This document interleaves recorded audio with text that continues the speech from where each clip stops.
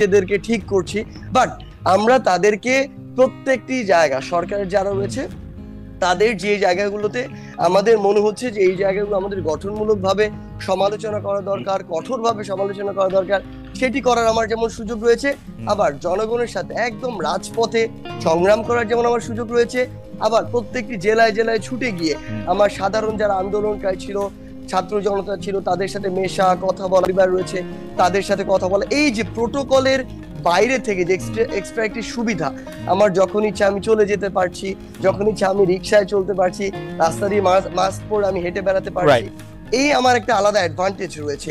মানে অর্থাৎ এই জায়গাটিতে আমার মনে হয় যে তাদের যেমন ডিসিশন মেকিং এ সরাসরি আমার জায়গা থেকে বা আমরা যারা রয়েছে সরকার আমরা যারা নেই, আমাদের একটি আলাদা কমফোর্টের জায়গা রয়েছে। একই সাথে আমরা বাংলাদেশের এই একটি রাষ্ট্রপতি ইস্যুতে আমরা দেখলাম যে আমরা বিভিন্ন রাজনৈতিক দলের সাথে যেমন কথা বলছি। আমি আসছি এটার ব্যাপারে। আপনার এইটাতে আপনি বলছিলেন যে নাহিদ বা মাহফুজ বা আসিফকে অনেক চিন্তা ভাবনা করে কথা বলতে হচ্ছে, চিন্তা ভাবনাটা কি আপনাকে ইদানিং নাকি মানে আচ্ছা, আমি আপনার অ্যাঙ্গেলটা বুঝতে পেরেছি। আসলে আমরা চিন্তা ভাবনা কম করছি এটা আমরা মনে করি না, বরং আমি আমার জায়গা থেকে বা হাসনাতের জায়গা থেকে আমি সামগ্রিক ভাবেই বলি। আসলে আমি প্রথমে আপনাকে একটা কথা বলে নিয়েছি, 3 মাস আগে আমরা যে জীবনে এই পর্যায়ে থাকবো এটা আমরা কখনো কল্পনা করি, এবং সবগুলোই আমাদের জীবনের নতুন নতুন অভিজ্ঞতা। তারিখে আমরা যখন ঘোষণা দেই যে 6 তারিখে আমাদের লং মার্চ টু ঢাকা হবে, তখনই আমাদের ইনস্ট্যান্ট আবার আমাদের ডিসিশন বিভিন্ন পার্সপেক্টিভ চিন্তা করে প্রায় 30 মিনিটের একটা ডিবেটের পরে আমরা ডিসিশনে আসি যে না, পরশু নয়, আগামীকালই long march to Dhaka. So এরকম বিভিন্ন জায়গায় আমরা বিভিন্ন সময় আসলে যেটা হয়েছে যে তখন সেই জায়গাগুলোতে ঠেকেছে, বাট আমাদের যখন আবার সামগ্রিক একটি আলোচনার মধ্যে দিয়ে মনে হয়েছে যে না, এই জায়গা আমাদের এইভাবে কাজ করা দরকার। সত্যি কথা বলতে আমাদের বিবেককে আমরা কোন একটা নির্দিষ্ট জায়গায় একদম কনক্রিট করে রাখি না এবং রাখতেও চাই না। আমরা মনে করি যে কেউ যদি আমাদেরকে এমন কোন একটা পরামর্শ দেয় বা আমাদের নতুন একটা ইনসাইট দেয় যেটা আমাদের মনে হয় গ্রেটার পার্সপেক্টিভে বেটার, তখন আমরা ওটা গ্রহণ করার যে মানসিকতা সেটি রাখি। সেক্ষেত্রে কিছু ভুল হচ্ছে, কিন্তু সবসময় সংশোধন করার চেষ্টা আছে।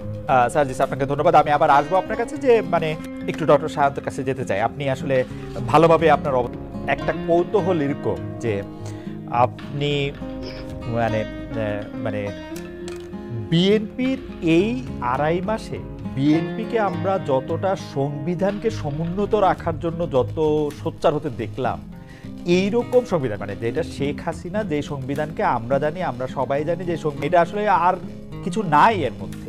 মানে একজন ঠিকই বলেন যে এটা তো সংবিধান মানলে তো এখন কারে প্রধানমন্ত্রী বলতে হবে, কারে প্রধান উপদেষ্টা বলতে হবে, কোনোটাই তো আসলে সংবিধান অনুযায়ী কিছু হয় নাই। তো সেই সংবিধানটারে সবার উপরে রাখার জন্য, সংবিধান না থাকলে দেশের মধ্যে বড় ধরনের একটা গ্যাঞ্জাম হয়ে যাবে।